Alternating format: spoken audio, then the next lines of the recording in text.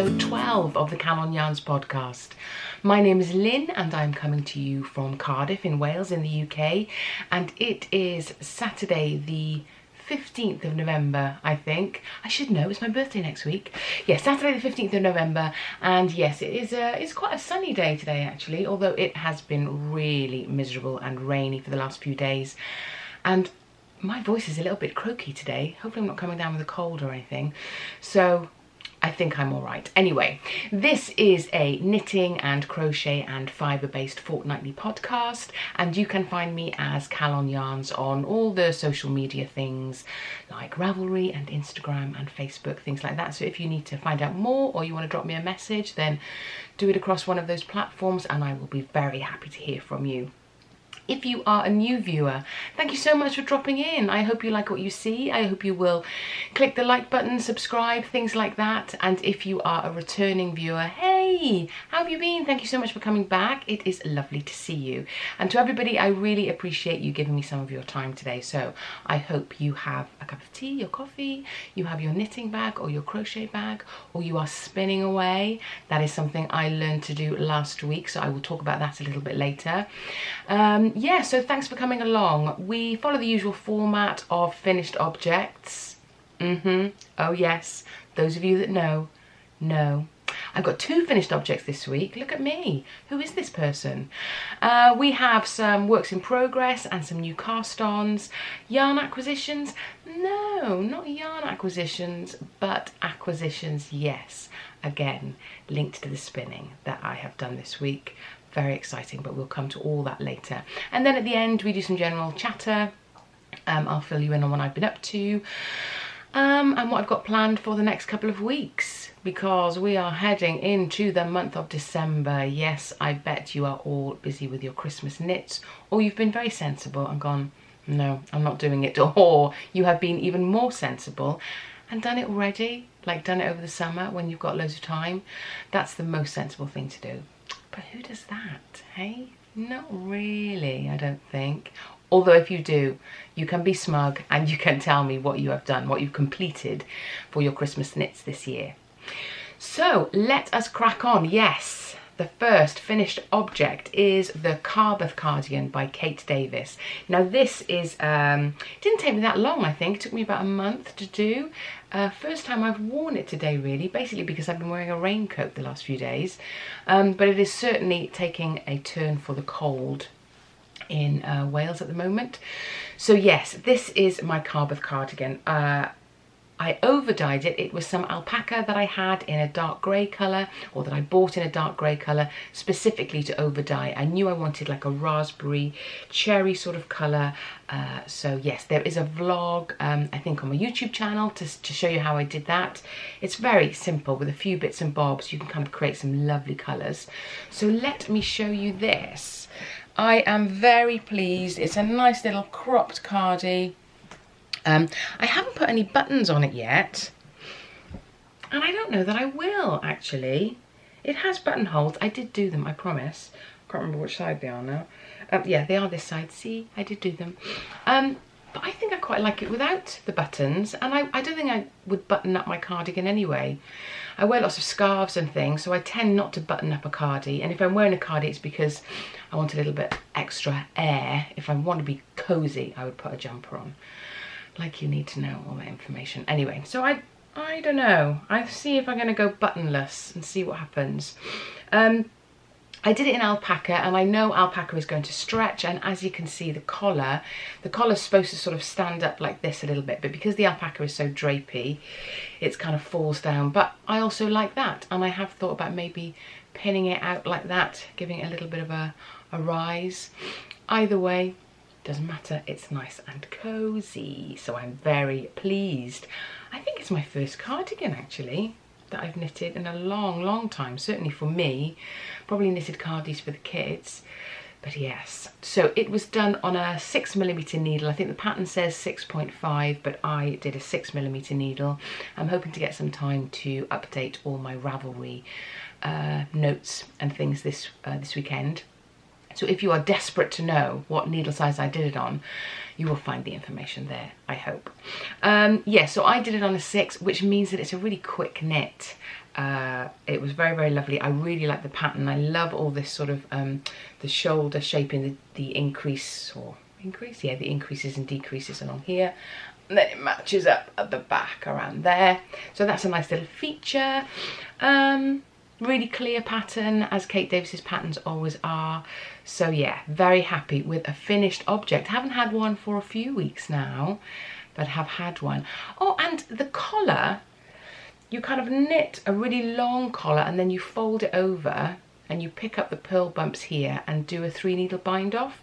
Now, I'd never done that before, but weirdly, in my second finished object, see that lovely segue there? Oh yeah. It was the same sort of process. So that's twice I've done a technique that I've never done before. And my second finished object, drum roll please, is the Everyday Slouchy Beanie. So this is the pattern and it's by Tristan Molina. Let me just fold this bit over, not to give too much away. So this is the pattern, and as you can see, as the title suggests, it is a super slouchy beanie. So I've knitted this hat for my daughter. Don't tell her.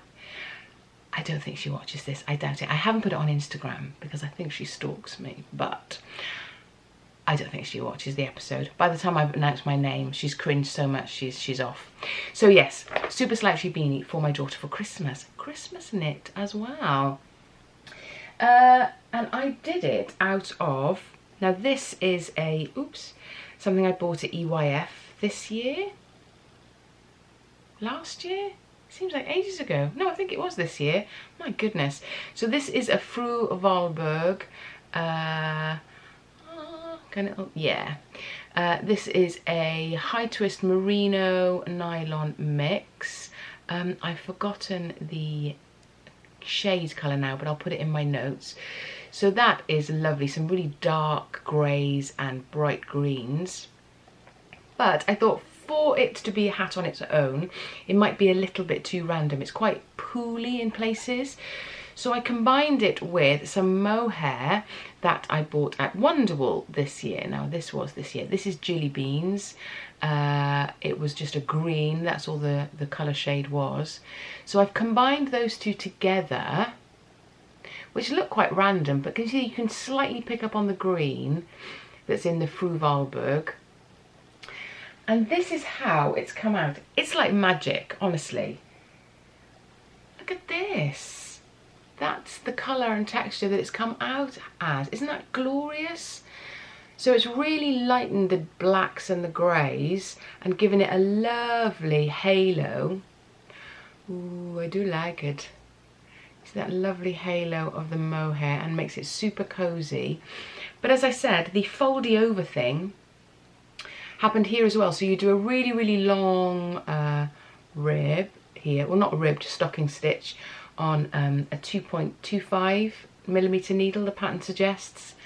I had to do a 2.5, but yeah, 2.25 the pattern suggests, so it's a lot smaller. And then you do a provisional cast on, a long end, and then you join it together in there. So it's the same process, and a few hats do that, but it's lovely and billowy and slouchy. I won't put it on because I do not suit a hat, whereas she does. So yeah, that is a really lovely pattern. I might make another one, and it took me like last weekend I think.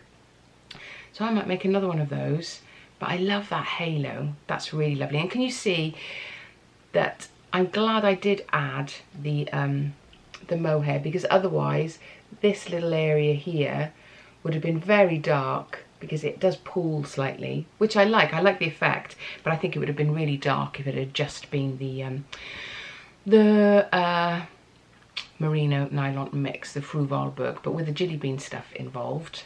It's great. So I'm liking that a lot and thoroughly recommend that pattern. I'll put a link to it down in the show notes. So those are my two finished objects. My endless works in progress are this side of the area. So I am continuing with my Flea Cardigan by Myhre. So this is the Flea Cardigan. Yes, we've probably all seen this. I think loads of people have done it, and I am doing it out of, oops, Get my little bag. It is the Hillesvåg Solja that I got in Norway when I was there at the beginning of the year. I was lucky to be there with work. So this is very rusticy yarn, but it absolutely softens up as you're knitting with it. I knitted a jumper for my husband as well, and that's really soft now. He wore it last year, so that's very, very soft. So yeah, these are my main two colours. The dark blue is the flea stitch, and this kind of light blue, it almost looks a grey on the camera, but it's sort of a light blue. This one is the main body of the cardigan. So this is how it's coming up. I know you've seen the yoke before if you've been with me before, but I'm starting to make progress on the body down below. It is quite slow because you carry the two strands together all the time, so you're always having to pick up the blue, the darker blue along the back to make sure that it kind of maintains itself all the way round, so that it's in lovely double thickness. As you can see, the floats in the inside there, so you've got a really cozy cardigan. But of course that takes a little bit more time. Even though it's stocking stitch, it's not a straight stocking stitch because you're having to pick up every now and again, and then every third or fourth row you are adding those flea stitches as you go along, pulling those stitches to the front like so. And then also there's some waist shaping that I'm doing. So again, you're counting again and trying to make sure that the waist shaping, or I am certainly trying to make sure that the waist shaping is on a plain coloured row, so that I'm not getting mixed up with any of the darker blue flea stitches. So it's going, it's just taking a little bit of time to get through, but I really like working with the yarn. It's really lovely to have something that's quite proper, as we say in Wales, proper rusticy. So that's really nice, and hopefully I will get that done. I'm going to Norway again in January. Work is sending me over again. Hooray! And I think my daughter's going to come with me this time, so that'll be lovely. So it'll be great to have that finished by the time we go, and hopefully she'll like her hat, and then it'll be nice and cozy for her ears because it will be very cold. So yeah, so those are those bits. That's ticking along quite nicely. Sorry, I'll make you dizzy, you know. My socks, oh my goodness, they're so close. I'm just about to do the toe on the second one. I've done this one, so the toe is just about to happen on these bamboo wool socks. Bamboo wool and polyamide combination, as you've seen in previous episodes.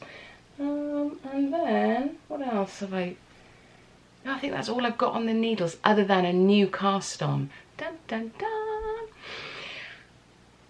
So yeah, Christmas knits. You know when you sat there watching the telly and you think, I'm just going to knit a hat. I knit the hat, sorted, that's fine, because that only takes a couple of days. Oh, and that's the other thing, I wasn't sure, sorry to go back, I wasn't sure whether I should add a pom-pom to my hat. I have a pot of pom-poms, lots of glorious colours. I got one of those random bags. Oh, that might fit. Oh, let's see. Of different pom-pom colours, and it's quite handy to have them. And then every time the thought of, oh, I'm going to make a hat hits, you've got something to match. This might be a good match. What do you reckon? Because it's got little black tips to it, and the green. I think that might be okay. Or maybe it doesn't need a pom-pom at all. It does have one in the picture, and I think I have a... no, that one's a bit pinky. Yeah, it's a bit pinky. That's not going to fit. White one. Nah. I think if any, it's going to be the green. Don't know. What do you think? Too much? Fine without? I think she'll probably prefer it without. I'll see. I might tack it on and see how it looks. Anyway, where were we? Sorry. Oh, yes. So Christmas hat. Yep, done and dusted. And then you go, no, I'm going to knit her, don't tell her, a jumper. So I found this pattern that came along in Ravelry, and I think this would be just up her street. So this is the Sunburst. Oh, I think I mentioned it. I might do it. So this is the Sunburst by Yuko Shimizu. It's really nice. It's only, it's a one size fits all, so it's an oversized sweater with really puffy sleeves. So then I had to think about the yarn. Now I didn't have enough Arons in stock, in my stash. I'm pretending I'm a shop, in stash. So I did buy online. I try not to buy online, but I had to this time. I didn't have anything, and I didn't have the opportunity to get to a local yarn store. With work being so busy and working far away from Carbeth, etc, etc. So I bought some of this Rico soft merino essentials because I know that it will end up in the washing machine. So I just wanted to be sure that there wasn't any major disasters happening when she needs to wash it. So this is 50 grams, 100 meters. It is 100% virgin wool, and it is an Aran weight. Now the weird thing is, when this came, obviously I picked out my colours online, and you're never entirely sure of the colours. This wasn't quite what I thought it was going to be, but that's okay, it's fine. But it really feels plasticky. And I know that sounds weird, and I know it's 100% wool, but it's I've worked so much with non-superwash wool lately that when I had this in my hand originally, it was like, oh my goodness, that feels like an acrylic. And it's not an acrylic, it is a merino, but it's curious how quickly your hands get used to working with something else. So, but now as I've worked it, it's softened up a little bit, and it's started to plume already as it's been worked through. So it's going to be really cozy and lovely. But yeah, I was really surprised when I took it out of the bag, thinking, oh, this isn't what I remember. But my my hands have just been accustomed to different yarns, non-superwash yarns. Yeah, like I've been using mainly at the moment. So that was curious, but it's really lovely and it's very reasonable. So this is the colour palette that I have chosen. Wait for my knitting to go flying. So these are the colours I've chosen. So there's a saffron-y kind of wasabi colour, and a navy, the dark greys, which is the main body, and then working through all these different greys here. These two looked more different in the photo, and that's the trouble of buying online, isn't it? You can't get the subtleties, because the website may be amazing and the photography might be amazing, but obviously if your screen isn't showing up those slight differences, this one looked a lot whiter in the photo, and this one a lot more mild. But there we go, they still go together fine, and for a nice little Christmas project, I have no doubt it'll be absolutely fine. So I have just started the jumper. It's a top down, and this is how far I've got so far. I'm going to sneeze in a second, I do excuse me. But yeah, this is how it's working up so far. So I'm really liking the stitch definition, really loving the colour combo. I think it's going to be great. And it's a little bit, it's nice and thick. This is an Aran weight, but I think because of the drape of the yarn, it feels a lot thinner, whereas this feels really thick and cozy. So it'll be nice to knit up, and hopefully a success. Well, if she doesn't like it, I'll have it anyway, so it's fine. So those are all the things that are on the needles, I think. Yes, I think so. Well, I'm admitting to anyway. I've got quite a few things hibernating, but maybe as I get some time off for Christmas, they'll start to come out of hibernation and I can show you those. I do have my yarn advent calendar coming. Well, I have it, but obviously we'll be opening it very soon. And I think I'm going to do a sock yarn blanket with it. So I am tempted to get one of those started, so that the colours that I get in the advent calendar aren't the first bits. I want to have a bit done. So I'm going to look for some patterns for that. So if you've got any suggestions for sock yarn bits, blankets, I know there's lots of scrap blankets out there, then please, please, please let me know which ones you like, which ones you've done. Recommendations are always, always warmly accepted.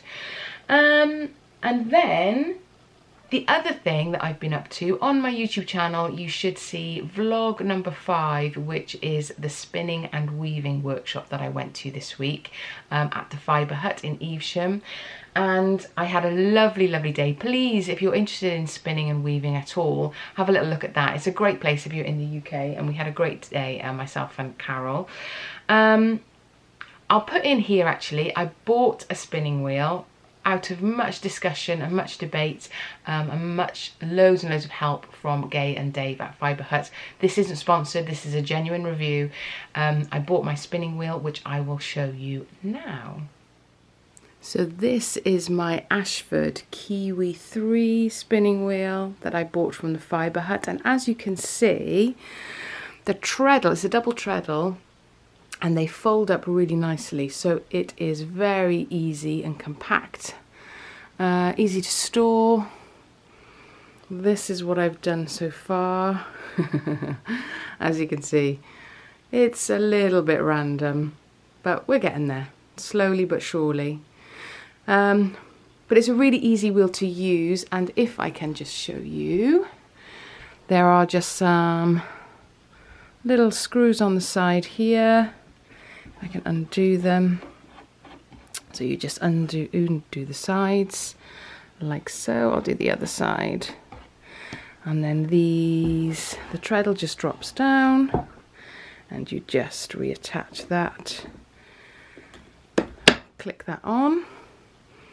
And then you're ready to go. Your double treadle Ashford Kiwi 3. Proud owner of. Super excited. Yay! Isn't she pretty? So yeah, I haven't had a great deal of time to practice, but I'm getting there slowly. Hopefully I'll have some time today as this is uploading and my husband is working, so I've got some quiet time, so I'll have a little practice today. Because when I bought the wheel, I also obviously bought some fibre. I had some Corriedale anyway from when I went up a couple of months ago to start investigating spinning wheels, so I'm practicing on that. But I want to get better because look at this humbug, merino humbug, 100 grams there.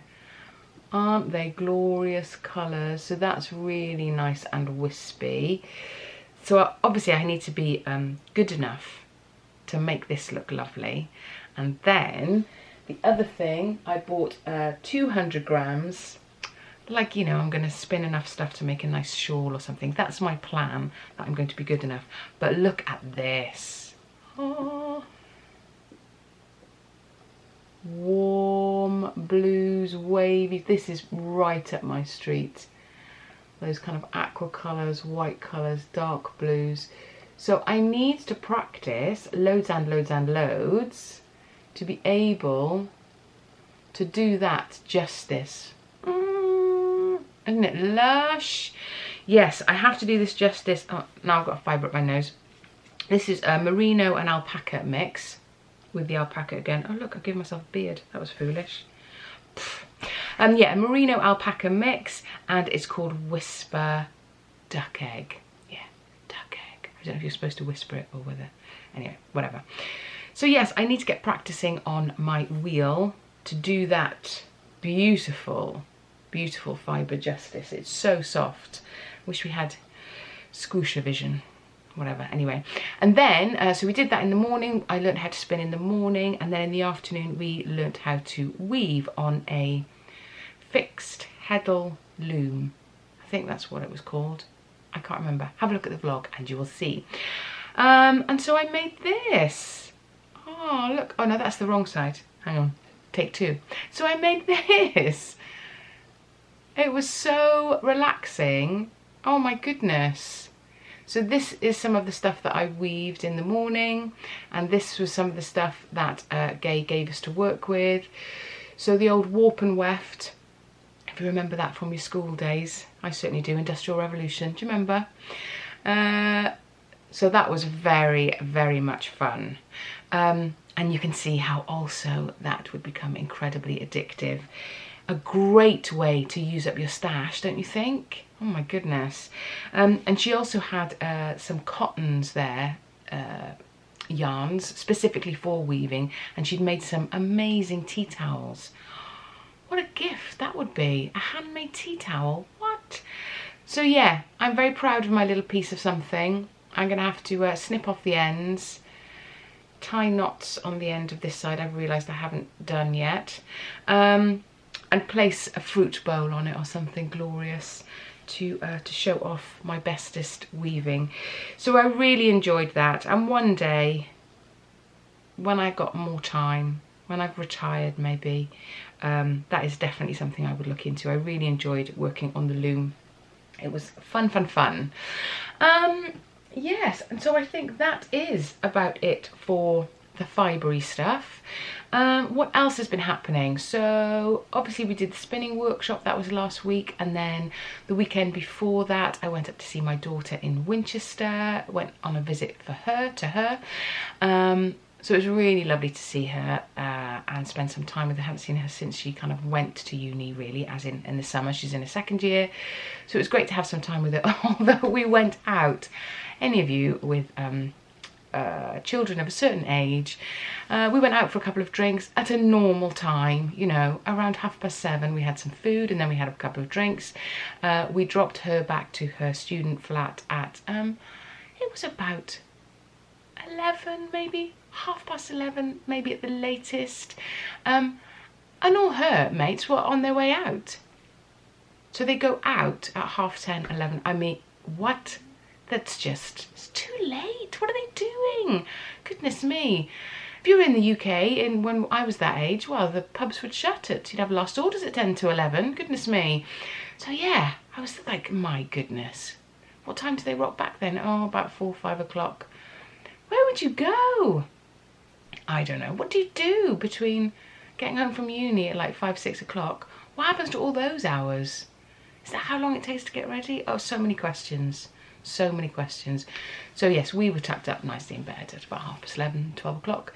But I couldn't believe it. Wow, that is late to be going out. So yes, anyway, I digress. So it was lovely to see her. And what else have I been up to? Lots of assessments still in university where I teach. Next week we've got 3 days of assessments, which is always lovely because you get to see the students' work. But then, of course, is the inevitable marking of aforementioned work. So that kind of takes up quite a bit of time. So between now and the end of term we'll be super duper busy going through all that stuff. But there we are, that's fine. That's what we sign up for. It just keeps me away from my knitting and spinning. Starting to gear up for Christmas. We desperately need some building work done on our house, which isn't going to be done this year, so we'll have another cold Christmas. But now I have my nice cardi and I'll have my Flea Cardigan finished. What does it matter if our house is really cold? Because I'll have the knitwear to keep me cozy through the winter months. And yeah, I think that really is it now. Nothing much else to say other than thank you so much for coming along. I hope you have some great projects on the go. Please drop me a line. I'd love to see them, hear about them, either on Instagram or on Ravelry, or down below you can drop some comments here. That would be nice to hear from you. Please subscribe if you feel you'd like to come back and visit me again. I hope you are well, and I will see you all in a couple of weeks. Thank you so much. Take care. Hwyl fawr. Bye.